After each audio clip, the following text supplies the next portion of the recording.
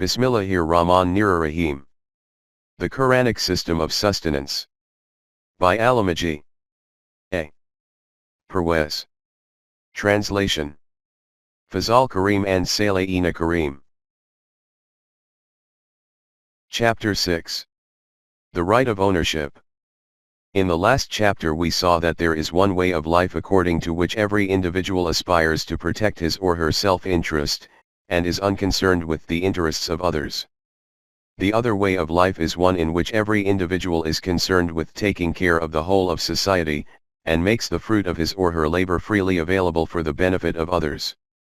Since self-interest is innate to the animal kingdom, it appears to justify the selfish way of life for humanity. Logic thus dictates that everyone should be self-focused. The Quranic phrase for this selfish and rebellious mentality is Iblis or Satan. In other words, it is a mentality that rebels against the law of God. It bases all its decisions in light of selfish desires. It constantly pushes us to save and hoard, and convinces us that sharing our wealth will only lead to hardship and regret. Satan threatens you with the prospect of poverty and bids you to be miserly. Fasha. 2. 268. A self-serving mentality. Satan influences the individual's attitude towards his/her wealth and children. Then, O Satan, entice whomsoever you can with your voice, and be their partner in what they do with their worldly goods and children. 1764. Satan's influence is so utterly powerful that it can easily lead us wherever it likes. Satan said, I shall most certainly cause his Adam's descendants, all but a few, to obey me blindly. Itanica. 1762. Let us look at the word itanica more closely. It means literally to put a rope around the lower jaw, hanak, of a horse. To lead the animal in such a manner is thus termed itanica. The Quran thus tells us that our desire to protect the interests of ourselves and our children is so strong that it can be likened to a rope which leads us about, and we cannot resist it. It goes without saying that persuading an individual to change this mentality, that is to put the collective interest above his self-interest, is a very difficult task. It is so difficult in fact, that the Quran has likened it to taking a path up a steep and treacherous mountain. But he would not try to ascend the steep uphill road. 90. 11. Human intellect justifies its refusal to abandon the selfish mentality with the argument that every person has a different capacity to earn. And so whoever earns more should have the right to own what he earns. In fact, it is considered an injustice to take the earnings of one person and give them to others. Making someone hand over £16 out of the £20 that he has earned in a day, leaving him with only £4 is surely unfair. Of course, if he does so voluntarily, that is another matter. At any rate, it is his money and he has the right to dispose of it as he wishes. Capital worship, reasoning. If we look closely, we will see that the structure of self-interest and capitalism is based on this understanding of ownership. The Quran has referred to Qarun, Korah, the Jewish major magnate who lived during Moses' time, as the symbol of capitalism. When he was asked how on earth he justified keeping and hoarding so much wealth when the people around him were starving to death, his response was, "This wealth has been given to me only by virtue of the knowledge. That is business acumen I possess." 28. 78. He meant of course that no one had the right to tell him to give up what he had rightfully made for himself utilizing his own talents. The Quran tells us that all self-serving people and wealthy classes have operated on the same reasoning throughout the ages, and that it is the root of all chaos and conflict. When we grant him affluence by our grace, he says to himself, I have been given this by virtue of my own wisdom. 39. 49. See also 40. 83 and 41. 50. The Quran provides an analysis of their argument and also reveals its fallacy. Let us review it here. There are, broadly speaking, two types of earning capacity, which we will call skilled and unskilled. Both groups work from 9 to 5 every day. The skilled worker earns £20 in one day, while the unskilled worker earns £2. Note that two factors will determine the level of income. 1. Effort, and 2. Qualification. Arguably we can say that when it comes to effort, that is, how much time and energy is given to a job, there is no difference between skilled and unskilled workers.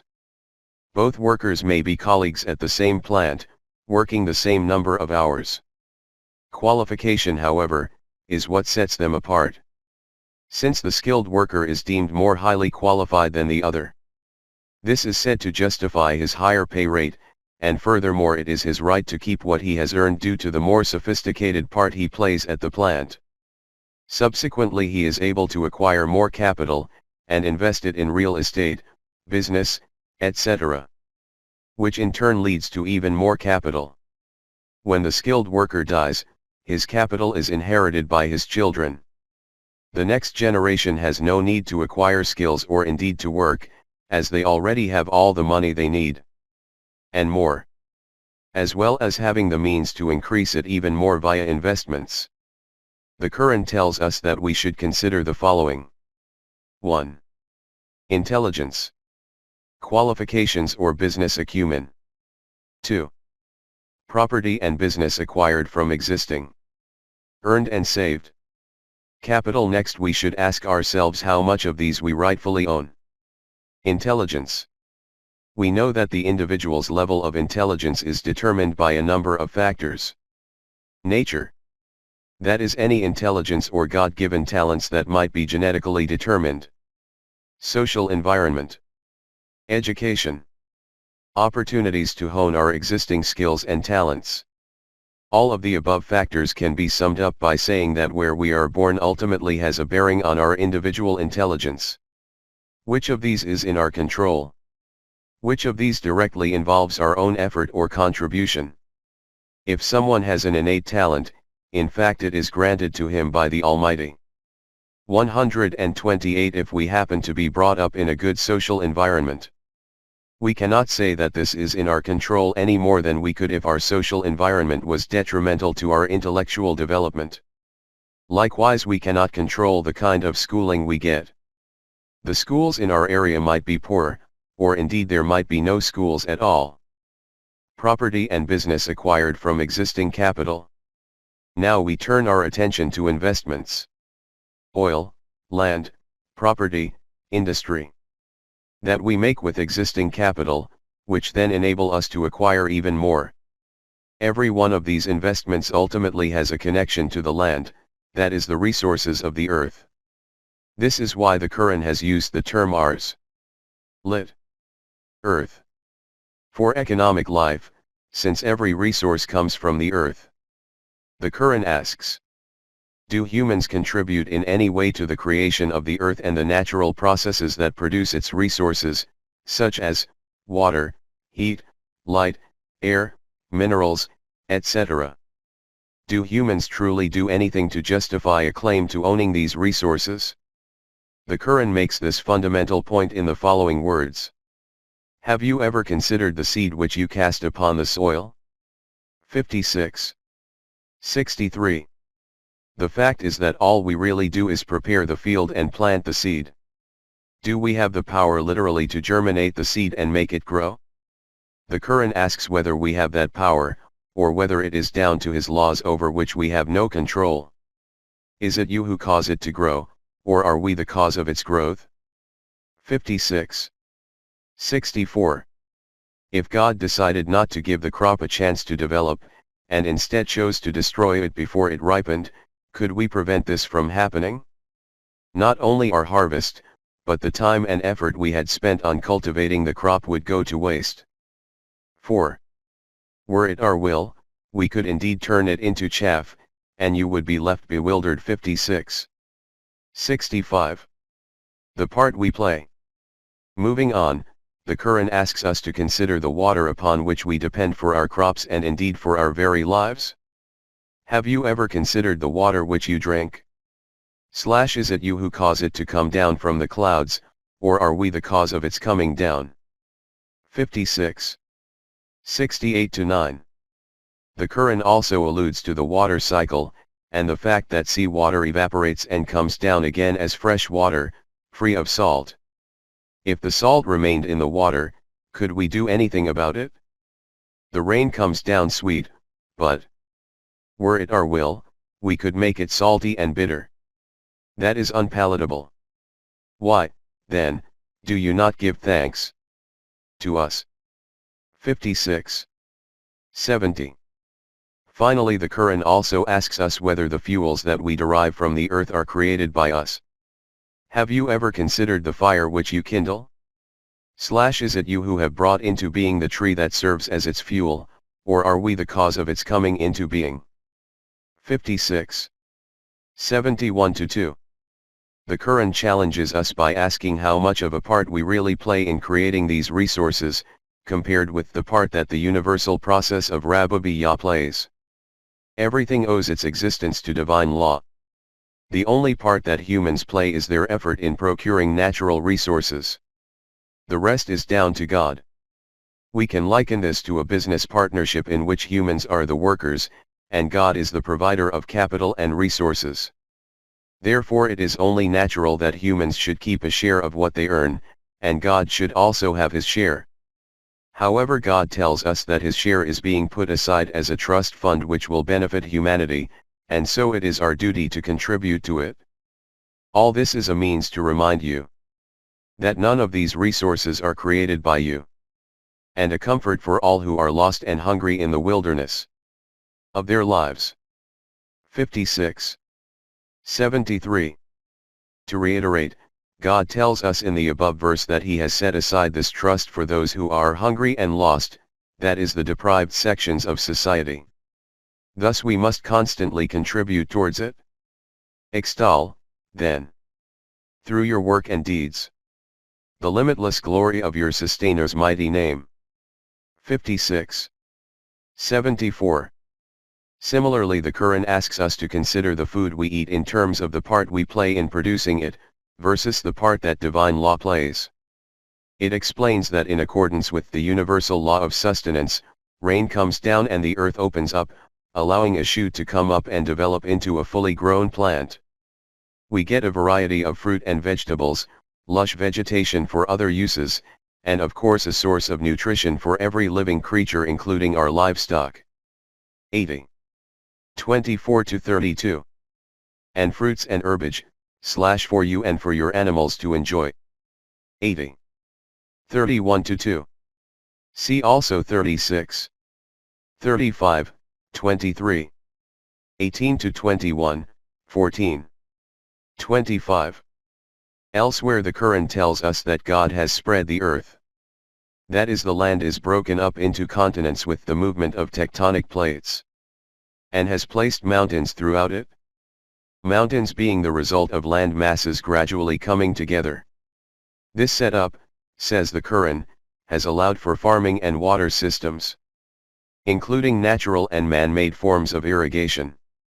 Streams and rivers that always have their source on mountains and other highland, dams, and canals. This in turn creates an abundance of foliage and greenery.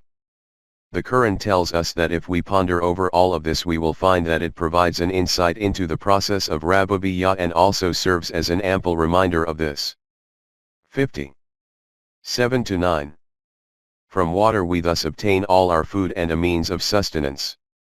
And we send down water from the skies, rich in blessings, and with it cause gardens to grow, and fields of grain, and tall palm trees with their thickly clustered dates, as sustenance apportioned to humanity. 50. 10-11. After this the Quran again asks us, who is behind all these means of sustenance and provision of livelihood? If he were to withhold the means of sustenance, would we have either the power or the means to obtain our sustenance another way? Or is there any that could provide you with sustenance if he should withhold his provision from you? 67. 21. For example, If the earth's water were to disappear underground and fresh water failed to evaporate from the sea, thus cutting off our entire supply, what could we do about it? Say. To those who deny the truth. What do you think? If all of a sudden all your water were to vanish underground, who, but God, could provide you with water from fresh springs? 67. 30. It is clear therefore that he spreads the earth, and gathers the clouds, bringing us fresh water, the element of life. In so doing, he provides us with all that we need for our subsistence. God is the one who has made the earth a resting place for you and the sky a canopy, and has sent down water from the sky and thereby brought forth fruits for your sustenance too. 22. God is responsible for all of this. But instead of utilizing the resources he provides in harmony with his law of sustenance, we invent our own concepts of law and mismanage our resources accordingly. Do not, then, claim that there is any power that could rival God, when you know that he is one. 2. 22. Our allotted share. Clearly then we are only entitled to our share based on the effort that we put in. The rest belongs to God.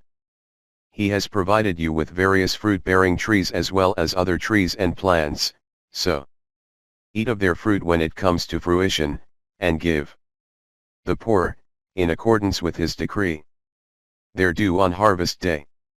6. 141.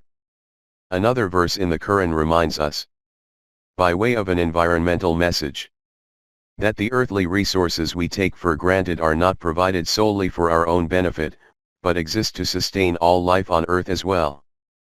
And he has provided a means of livelihood for you, O humanity, as well as for all other living creatures, whose sustenance does not depend on you. 15.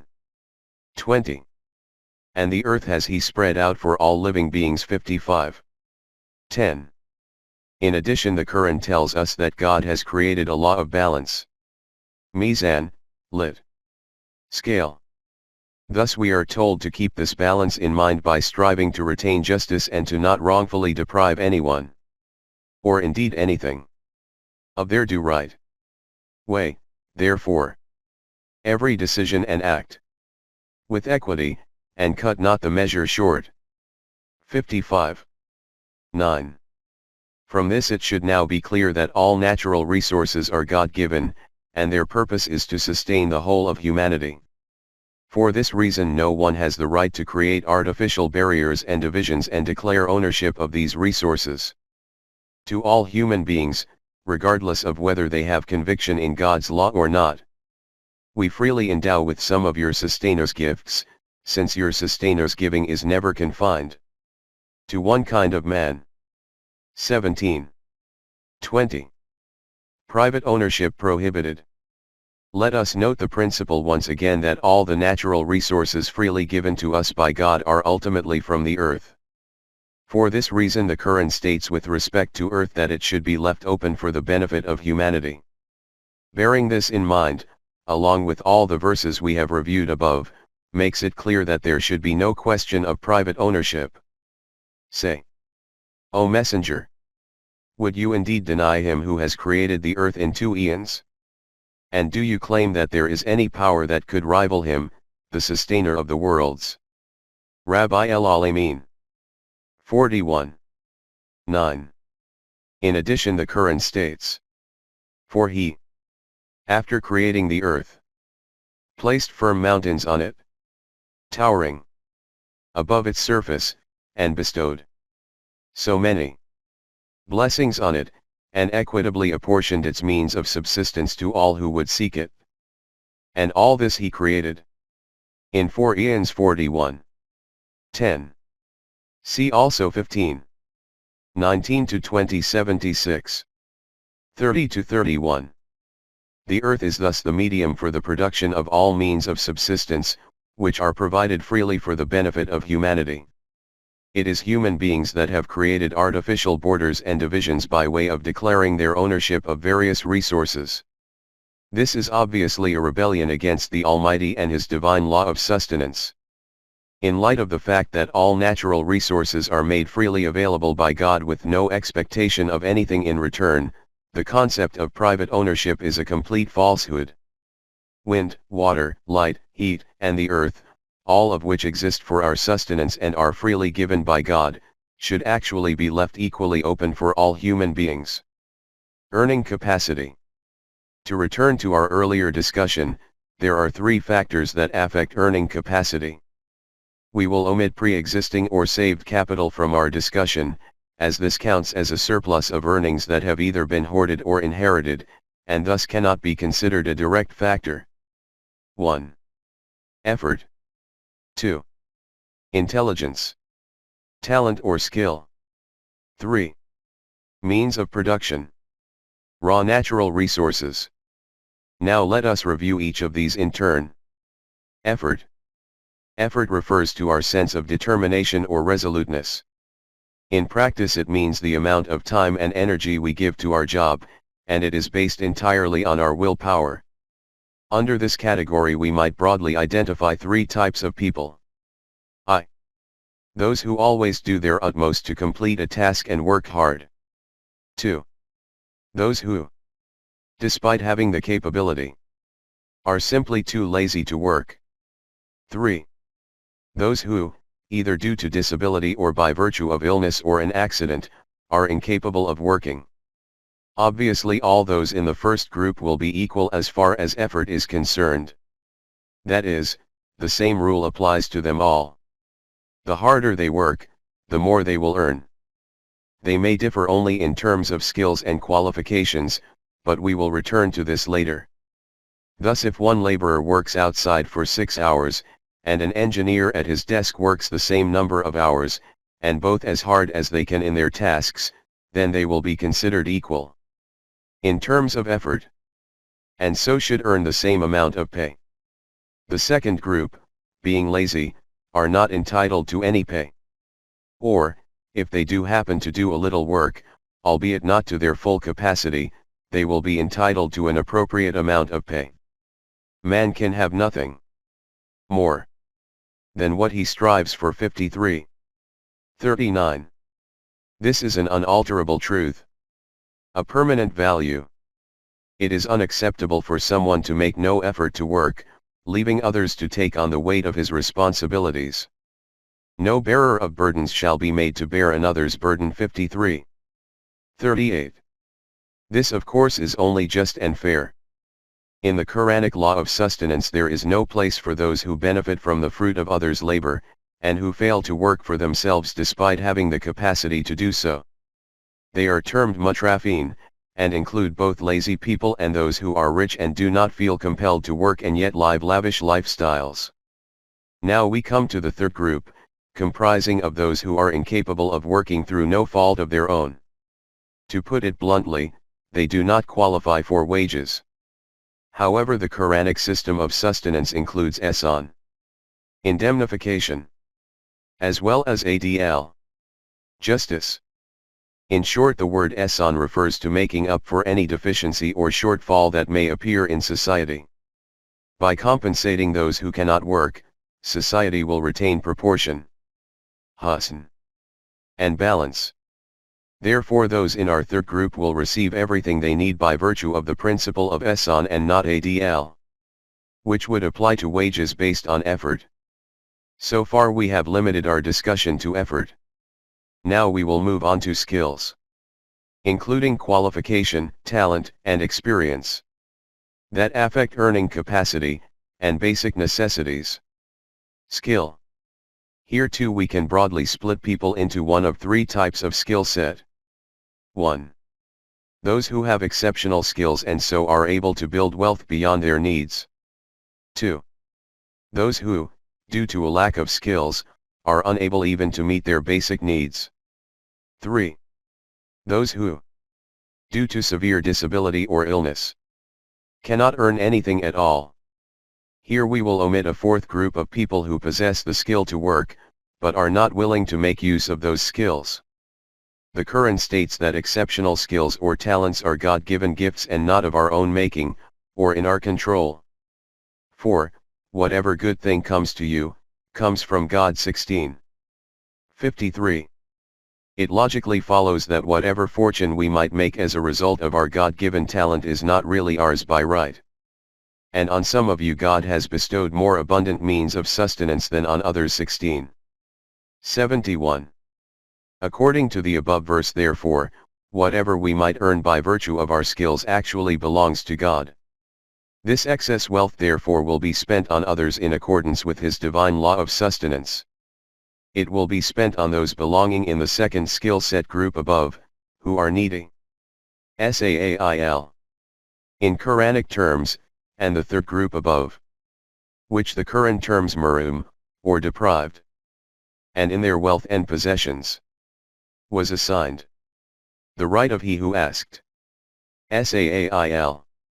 And he who, for whatever reason, was unable to ask. Maroom. 51:19. Notice the use of the word right, haqq, truth, in the above verse. These deprived and needy people have a right to have a share from out of others' wealth, that is, they are entitled to it, and therefore this is not charity. As we have already mentioned, generated wealth actually belongs to God, and he has allocated it specifically to those who are Sail and maroom. Means of production. We have already noted that every resource on earth is given freely to us by God. There is no question therefore of any human claiming a sole right to these resources. This is why the Quran asks us why we are not leaving all resources open for the benefit of everybody, when these all belong to God. And why should you not spend freely in the cause of God, seeing that God's alone is the heritage of the heavens and the earth? 57:10. Now let us return to the issue raised at the beginning of this chapter. Those with a greater capacity to earn tend to claim sole ownership of their accumulated wealth because, according to their logic, they have made this wealth using their own skills and talents. Since they then use the same wealth to purchase real estate and business, they claim ownership of the wealth generated from these investments as well. As we have already mentioned, this argument forms the very basis of capitalism. If we review this argument in light of the Quran, the reality of the situation quickly becomes clear. Why the difference in earning capacity? Here a question arises. If an individual with a high earning capacity is not the master of own his surplus wealth by right, then why does earning capacity vary so much in human beings? Why has God not granted every individual the same skills and capabilities, thereby avoiding the problem of economic inequity in human society?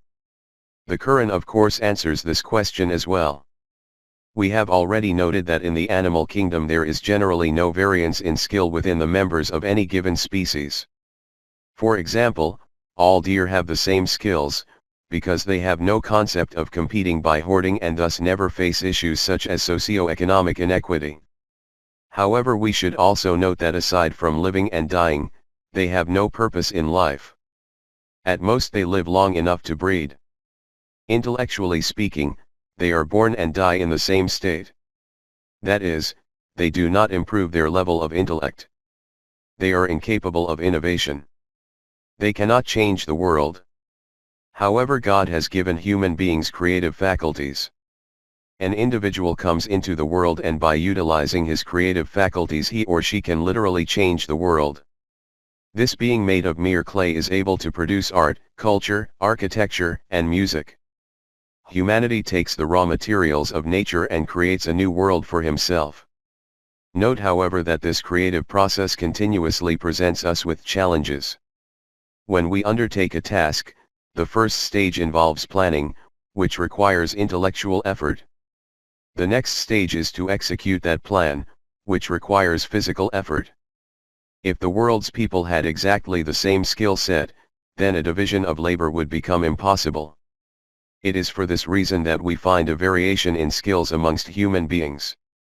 It is we who distribute their means of livelihood among them in the life of this world, and raise some of them by degrees above others, to the end that they might benefit from one another's help. 43:32.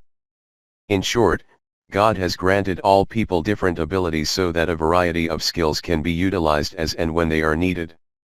The Quran thus tells us that differences in skill and talent exist solely for the division of labor and to provide different creative opportunities. This fact is accepted amongst our thinkers as well. Mumford writes, "The human community, as Aristotle observed, is an association of people who need each other. And they need each other for two reasons. Spiritually, in order to find themselves in the full dimensions of the group. Practically, to take advantage of their differences."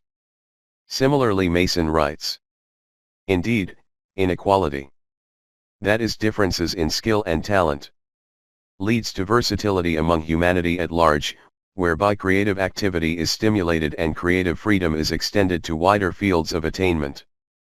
But this should not be taken to mean that the Quran agrees with either the Platonian idea that human beings should be permanently divided into classes, or the Hindu idea that every person is divided into different castes by birth. The Quran is in fact totally opposed to such ideas. It actually states that every human being is equal at birth, and so they should receive equal opportunities in their education and upbringing. This in fact is the very essence of Rububiyyah. Thereafter, every individual should be entitled to be employed in lines of work that are best suited to his abilities and interests. If we must use the word class or hierarchy, then it must only ever be understood in terms of the division of labor, and nothing more. Our birth and background therefore is irrelevant. No man will become a laborer just because his father was a laborer. And no man will be an engineer just because his father was an engineer. Both are treated as the children of Adam. The Quran affords them equal opportunities in training and education. If a laborer's son has the right skills and intellectual capacity, he can become an engineer, and if an engineer's son proves to have better physical capability than intellectual capability, he will find employment better suited to his talents. A society will self-destruct when there is inequity, not due to differences in physical or mental abilities, but because of a lack of equal opportunities. According to Mason, mankind subconsciously understands liberty is not endangered by inequalities when different fields exist for creative development, commensurate with varying degrees of competence or desire. It is not inequality of ability, but inequality of opportunity to express one's ability in the form of creative activity at a stimulating exchange value that causes economic discontent. The Quran does not accept the concept of division into classes. It treats everyone as a child of Adam and gives them equal opportunities, in order to unlock and develop the hidden potential of every individual.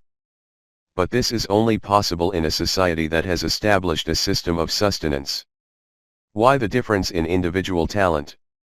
There is no doubt that when every individual is equally receiving the best in education and training, then his intellectual capability will increase. Nevertheless, individual differences in intellectual capability, talent, and temperament will remain, regardless of how advanced the overall society becomes.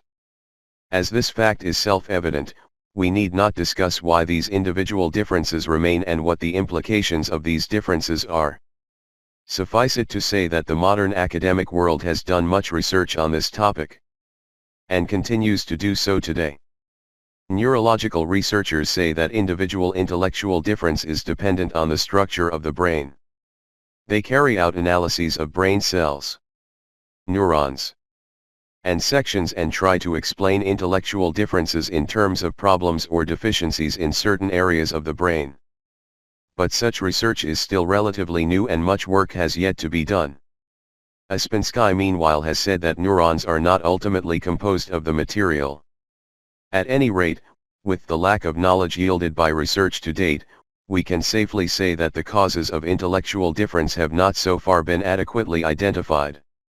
In fact, it doesn't even matter how intellectually advanced humanity becomes as a whole, for individual differences will always remain. The Quran states that our fundamental error is connecting intellectual difference to economic division. Even though the actual purpose of intellectual difference is solely to allow for the division of labor which is essential for the creative process. This colossal error in human thought is responsible for all the evil that has turned our earth into a veritable hell. Our folly is in holding fast to this idea regardless of the consequences. We have adopted the attitude that if those with a greater intellectual capability give their hard-earned wealth to those with a lower capability, then it will be like treating the donkey and the horse as equal. But this is a misconception. Greater intellectual capability is not of our own making. It is granted to us by God. Therefore no one can claim ownership of anything that we earn by utilizing these God-given talents. God has given us all these various talents as a means of providing sustenance to those who either have fewer skills or who for whatever reason are entirely incapable of working. In holding on to surplus wealth and failing to give others their rightful share, we are effectively refusing to acknowledge that our gifts have been granted to us by the Almighty. The Quran succinctly highlights this most important issue as follows. And on some of you God has bestowed more abundant means of sustenance than on others. And yet, they who are more abundantly favored are unwilling to share their sustenance with those whom their right hands possess, so that they all might be equal in this respect. In so doing, will they deny God's blessings? 16:71. The Quran further states that in continuing this behavior, these same people are defying the law of Rububiyyah itself. Have you ever considered the kind of man who belies all moral law? Behold, it is this kind of man that thrusts the orphan away, and feels no urge to feed the needy. 107. 1-3. The Quran states that natural resources are produced from the earth at a given and proportionate rate in order to retain balance. But if people with their ingenuity were able to get hold of the entire supply of these resources, then goodness knows what damage they might do. If God were to enlarge the provision for his servants, they would indeed transgress beyond all bounds through the earth. But he sends it down in due measure as he pleases. For he is with his servants well acquainted, watchful. 42:27. It is clear from this that according to the Quran an individual can only rightfully keep a share of what he earns from his labor, or effort. He cannot claim ownership of either his skills or any means of production. These belong to God and he entrusts them to the whole of humanity. Therefore the capitalist argument that those with greater capabilities have the right to earn more, and have the right to keep it all, is a fallacy. It is a falsehood. As we have already mentioned, no secular system or ideology, that is that which denies the existence of God, denies the existence of the self, the hereafter and the permanent values, has so far been able to counter the capitalist viewpoint. Hence Marx was unable to effectively answer the question of why a more capable person should be prepared to give his hard-earned money to those with lesser earning capability. And we will expand on this later. An effective reply can only come from someone who acknowledges the existence of the self and the need of its development, and this in turn necessitates a conviction in God and the last day. Yet ironically the capitalists obtain support for their argument from the religious class. In fact the religious class is itself a product of capitalism. Note that by religious class we are not referring to deen, a word which in any case cannot be equated with religion, but to man-made religious concepts. The religious class teach that whatever we earn, we have a right to keep, and furthermore, we have the right to keep all our inheritance as well. They tell us that according to Sharia, Muslim law, no one can lawfully be deprived of his or her property. When they speak of Sharia they mean a law taken from the time of kings. Monarchy, which was designed to serve those with vested interests. This Sharia has no sanction in the Book of God. Mentality of a Jewish tribe. They also present the argument that if the needs of all people were met, then there would be no poor and needy left, and so charity would become obsolete. They imply that it is necessary for the poor and the needy classes to exist so that those who give charity can earn the points they need to get into heaven. They also tell us that if the concept of ownership was abolished, the inheritance laws of the Quran would become obsolete. We will return later to the question of the actual function of charity and inheritance in light of the Quran. For now let us review the weakness of this argument. It implies that we shouldn't care at all for the well-being of the poorest in society, that is, we should avoid all true efforts to improve their condition. The reason for this is that if all were to become better off, then all social and health care services would shut down. There would be no more need for medicine, and doctors would become redundant. To explain this fraud by the religious class, the Quran has referred to the example of a certain Jewish tribe. They used to evict weak and vulnerable people from their homes. And when rival tribes eventually captured these people, this particular Jewish tribe would collect donations in order to pay the ransom for their release. 2. 83-5. Since their religion taught them that freeing captured people is a good deed, they were actually trying to earn points for their salvation. They had gone to the extent of creating a perpetual poor class as a means to this end. A similar psychology persists today amongst those with vested interests. They allow the continued existence of underprivileged and impoverished classes, and use charity as a means of earning the reward of good deeds. The Quran tells us that people of this ilk not only live in disgrace on this earth, but are also guaranteed nothing but self-destruction in their future. What then could be the reward of those among you who do such things, except disgrace in the life of this world and, on the day of resurrection, consignment to most grievous suffering? 2. 85. Today's Muslims are in much the same state. Aside from all that we have discussed in this chapter, we must also bear the following in mind. A mu'min in the Quran is someone with full conviction. Iman. In the purpose of life. Every individual is to work as hard as he can within his or her capacity, to keep only what he needs out of his wages, and to leave the rest open for the benefit of society. In short, the individual places collective interest above self-interest. Therefore the question of whether or not an individual can claim ownership of wealth and estate is irrelevant in the eyes of a group of believers. Jamati Mu'minin. As far as this group is concerned, all resources and surplus produce belongs to God, and thus is to be distributed to the underprivileged and impoverished sections of society as a matter of human right. Hence we find that with Quranic guidance, this most difficult issue of ownership is easily resolved.